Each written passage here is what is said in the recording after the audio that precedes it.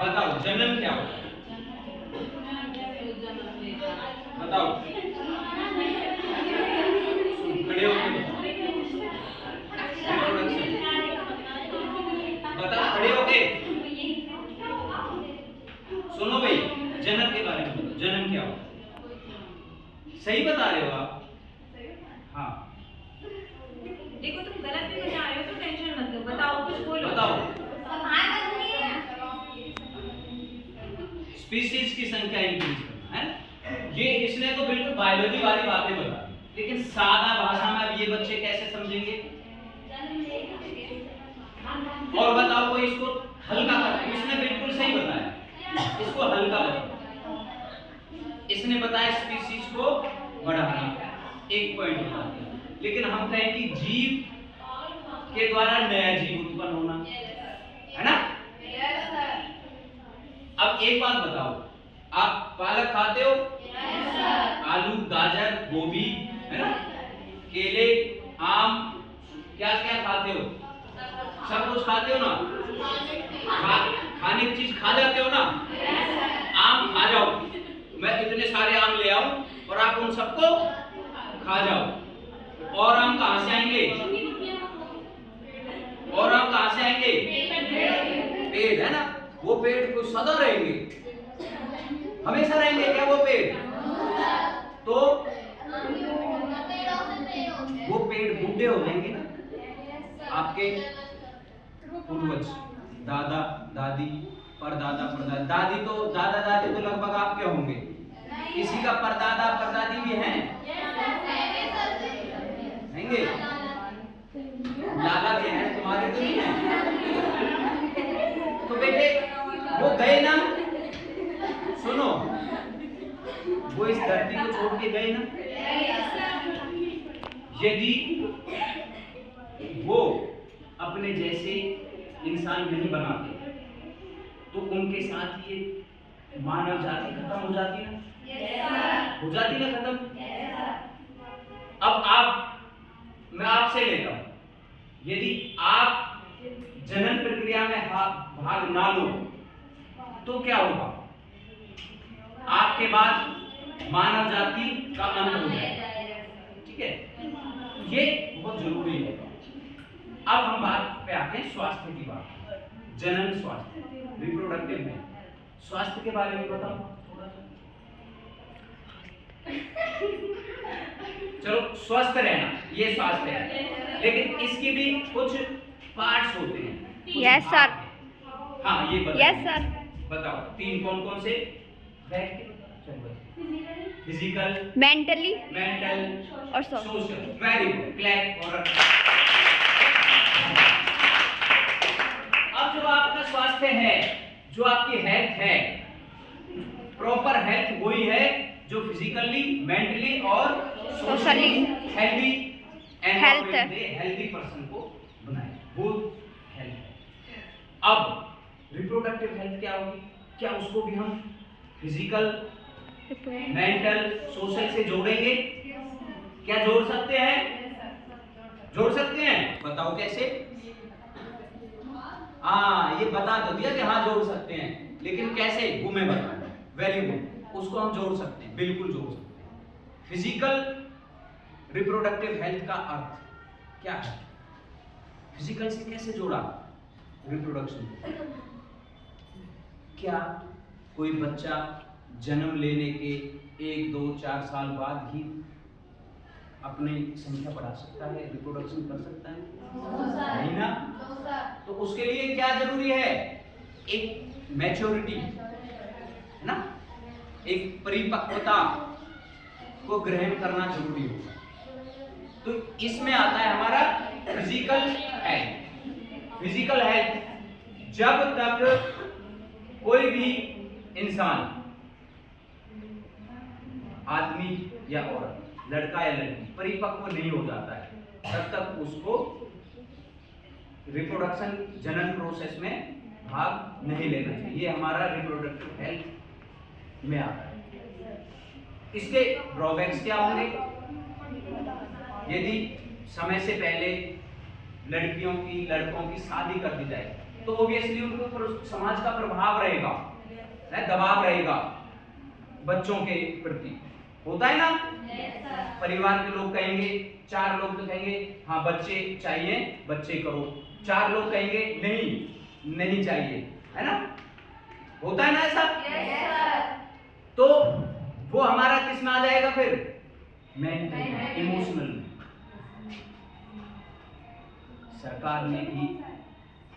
सरकार ने भी एक एज फिक्स की हुई है, 18 वर्ष और 21 वर्ष शादी के लिए की हुई है ना।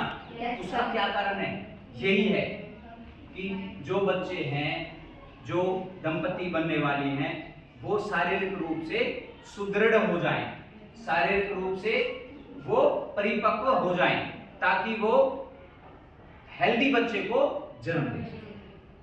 तो ये फिजिकल हेल्थ ऑफ रिप्रोडक्शन में ये है।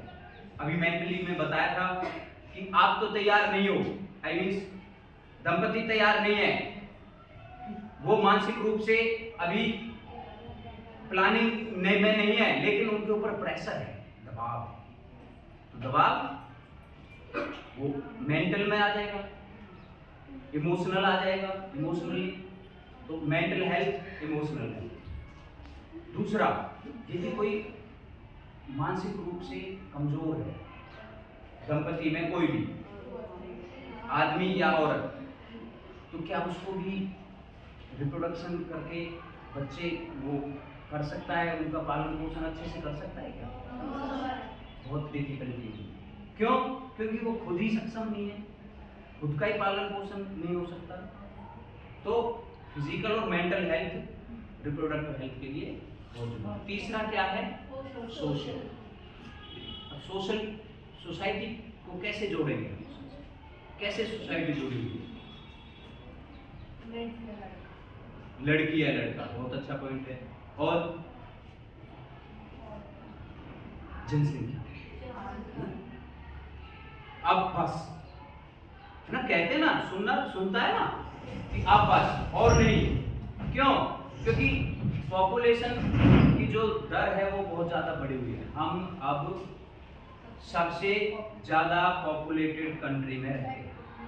हमारा देश नंबर 1 है जनसंख्या, सेकंड नहीं है, नंबर 1 है। कहाँ हो बेटे आप? चाइना को हमने पछाड़ दिया है, बहुत पहले चाइना को लास्ट ईयर से शायद लास्ट ईयर पछाड़ चुके हैं। हम अब वर्ल्ड में नंबर 1 पॉपुलेशन पे। तो इसके लिए बेटे अब ये सोशल इम्पैक्ट आ जाता है, समाज पर इसका क्या प्रभाव है। सोसाइटी में अब रहने की जगह तो है सोसाइटी में 100 लोगों के लिए, और वहां आ जाए 200, तो क्या होगा? भीड़ हो जाएगी। हमें हर चीज के लिए संघर्ष करना पड़ेगा, खेलने के मैदान के लिए, पीने के पानी के लिए, घूमने के लिए, पार्क के लिए। कहाँ तो पार्क में 40 लोग घूम रहे हैं, वहीं 400 आ जाए तो पार्क की तो घास भी ना पाएगी, है ना। तो जितना हमारे पास संसाधन है उसके हिसाब से ही पॉपुलेशन होनी चाहिए। तो ये सोसाइटी के अंतर्गत आता है।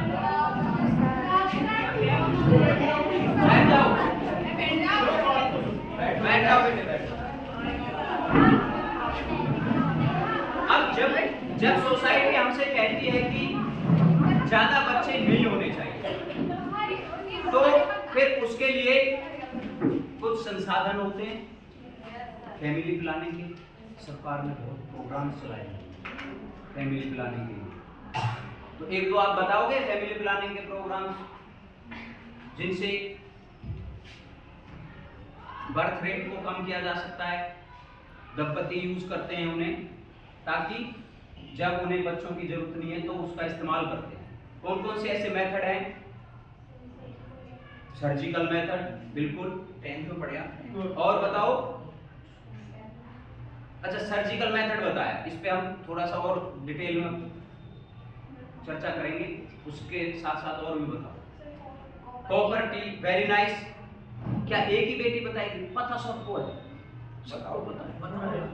ठीक है, कोई हेजिटेशन मत करो, पता सबको है ना? बताओ बेटे। बोलियां भी होती है ना, क्या क्या नाम होते हैं उनके? सहेली, मालाडी, मालायन, है ना, बहुत सारी हैं। एक और आती है अनवांटेड 72। ये कुछ ओरल टैबलेट्स हैं जो जिन्हें खाने से हम गर्भ धारण को रोक सकते हैं। सर्जिकल मेथड बेटी ने बताया। ये जो मैं कह रहा था ना बीच में कि क्वेश्चन पूछे जाएंगे, एक और जो आपकी खुद की इच्छा नहीं होगी, ये वही क्वेश्चन है, ठीक है? कहीं और कुछ समझ वो ऐसे ही पूछेंगे, है ना? बस ये वैसे वाले क्वेश्चन। एक और होता है आराम से फिजिकल जो मेथड होता है जिससे हम गर्भ धारण को रोक सकते हैं, वो मेल फीमेल दोनों के लिए होता है, कॉन्डोम, ठीक है? हाँ, तो ये सब चीजें यदि वो पूछें तो ये बेटे बताना है आपको, ऐसा नहीं कि आप शर्मा जाओ। ये वो इनसे पूछेंगे नहीं, वो हमारे ना ऑब्जेक्टिव टाइप में कुछ प्रश्न है आएंगे। वो क्या उनमें बच्चों से टेंशन नहीं करेंगे इस टॉपिक में बिल्कुल भी। मैंने उनको थोड़ा मिक्स बता दिया अच्छे से। वो कहते कि सर हम बच्चों से बहुत ज़्यादा पूछेंगे नहीं, हम बच्चों के प्रश्न है तो उनको उसको कोई डाउट है तो वो बेशक वो प्रश्न का जवाब ना, ये था। अच्छा, सर्जिकल दो तरह का होता है, ट्यूबेक्टोमी, वास्कुलर। हिंदी में नसबंदी और नलबंदी। नसबंदी पुरुष के अंदर होती है, नलबंदी औरतों के अंदर। उसमें बेटे जो स्पर्म और ओव्यूम बनते हैं ना, एक तरह से अंडाणु, उनको जिस नली से होके जाते हैं ना, वो उस नली को बांध दिया जाता है, काट दिया जाता है, ठीक है? तो जो कार्य उनको करना होता है ना, वो कार्य नहीं हो पाता है, ठीक है? अब बात आती है HIV, दूसरा टॉपिक था उसमें HIV। उससे पहले मैं बताऊंगा एक STD या STI। STD क्या होता है? सेक्सुअल ट्रांसमिटेड डिजीज, और STI सेक्सुअल ट्रांसमिटेड इन्फेक्शन। लेकिन दोनों एक ही चीज है, बस उनके बस थोड़ा सा एब्रिविएशन अलग है। STI आ सकता है, हो सकता है उसमें फुल फॉर्म लिखी हुई हो। STI सेक्सुअली ट्रांसमिटेड इन्फेक्शन और STD सेक्सुअली ट्रांसमिटेड डिजीज। तो ये यौन संबंध के साथ ये बीमारियां एक से दूसरे को फैलती हैं, वन पर्सन से दूसरे पर्सन को यौन संबंध के दौरान ये फैलती है, इसलिए इनको सेक्सुअली ट्रांसमिटेड डिजीज या इन्फेक्शन। अब एक मेजर टॉपिक उसमें था HIV। HIV की फुल फॉर्म बताओ।